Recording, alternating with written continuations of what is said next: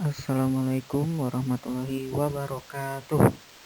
Perkenalkan, nama saya Isakur Rizky Munandar dari kelas SD 19C, Program Studi Pendidikan Guru Sekolah Dasar. Di sini saya akan menjelaskan tentang pemecahan masalah matematika.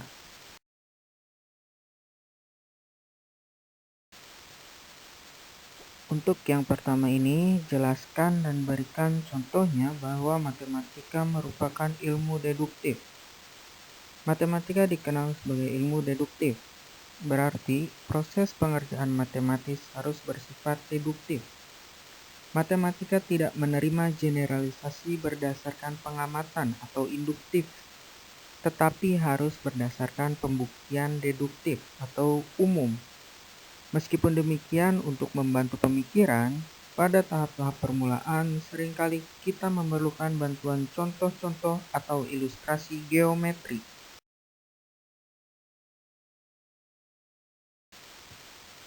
Untuk contohnya, silahkan perhatikan tabel berikut. Perhatikan hasil penjumlahan pada tabel di atas. Apa yang bisa Anda katakan?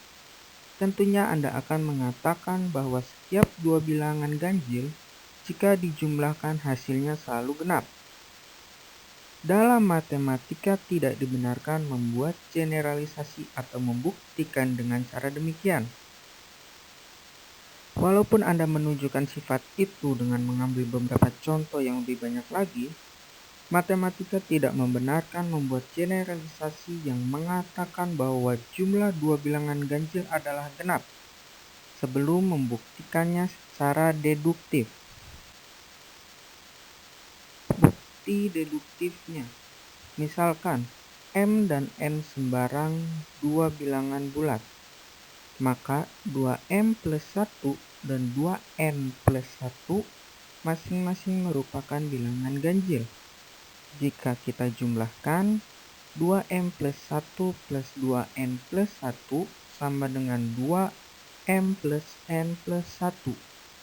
Karena M dan N bilangan bulat, maka M plus N plus 1 bilangan bulat, sehingga 2M plus N plus 1 adalah bilangan genap. Jadi, jumlah dua bilangan ganjil selalu genap.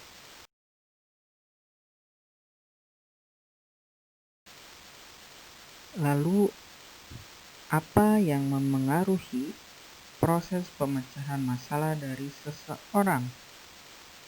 Ada beberapa faktor yang mempengaruhi proses pemecahan masalah dari seseorang, diantaranya yaitu 1.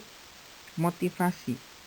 Motivasi yang rendah dapat mengalihkan perhatian, sementara motivasi yang tinggi justru dapat membatasi fleksibilitas dalam berpikir. Misalnya karena terlalu tegang saat ujian, kita justru tidak bisa mengerjakan soal ujian.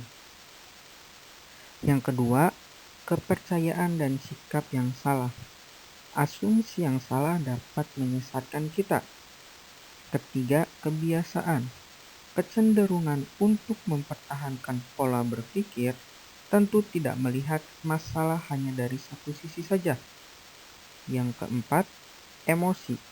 Emosi mewarnai cara berpikir kita. Kita tidak pernah dapat benar-benar berpikir objektif. Selanjutnya, carilah dua masalah matematika dan selesaikan menggunakan salah satu strategi pemecahan masalah. Contoh soal 1. Berapa hasil dari 6 kali 7? Penyelesaiannya, 6 dikali 7 sama dengan 6 ditambah 6 ditambah 6 ditambah 6 ditambah 6 ditambah 6 ditambah 6 sebanyak 7 kali sama dengan 42. Contoh soal 2.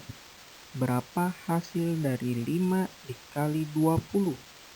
Penyelesaiannya, 5 dikali 20 sama dengan 20 ditambah 20 ditambah 20 ditambah 20 ditambah 20 sebanyak 5 kali sama dengan 100.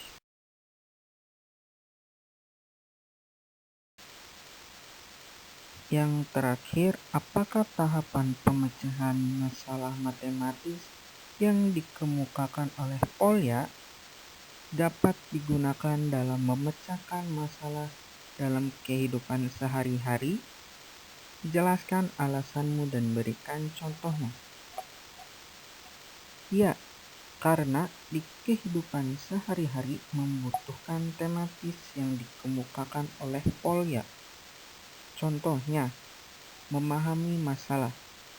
Orang tuaku tidak bisa mengirim message melalui aplikasi WhatsApp. Lalu, mengembangkan masalah.